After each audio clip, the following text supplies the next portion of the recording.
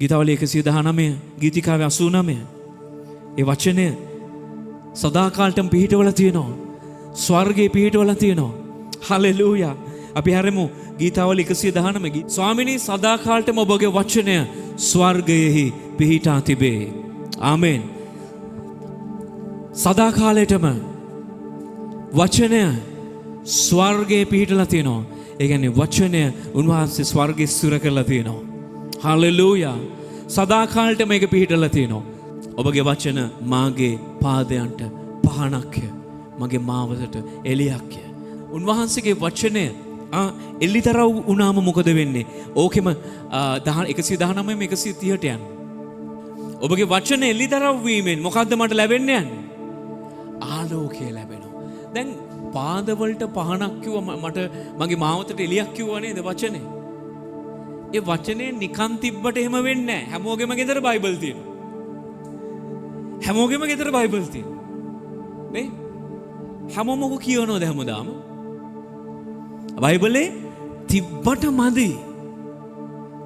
මෙතන කියන්නේ වචනේ එළිදරව් වෙලා තමයි ආලෝකය ලැබෙන්නේ. හාලෙලූයා.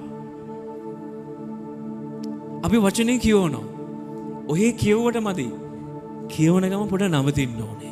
ස්වාමීනි මොකක්ද එතන කියන්නේ? මොකක්ද මට කතා කරන්නේ? අපි වචනේ කියවද්දි ගොඩක් මේක ගොඩක් එන්නේ උගන්නන අයට, වචන උගන්නන අයට. වචනේ කියවද්දි මම මේක මෙහාට කියන්න ඕන. මං එදාට අනිත් අයට කියන්න තමයි අපි වචනේ කියවන්නේ.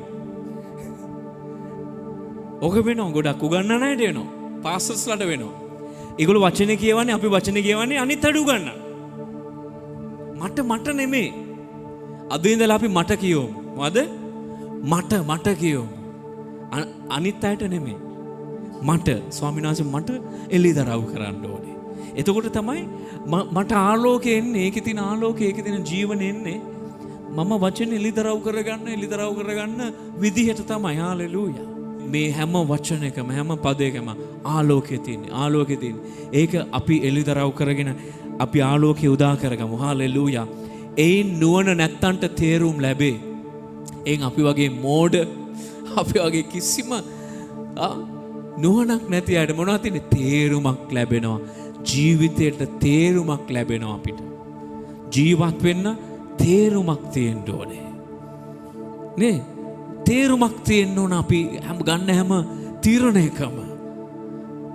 ඒකේ අවසානයේදී හැමෝටම, Tamanට විතරක් නෙමෙයි, හැමෝටම සඵලවත්, ඵලදායි, සාරවත් උත්තරයක් තියෙන්න ඕන.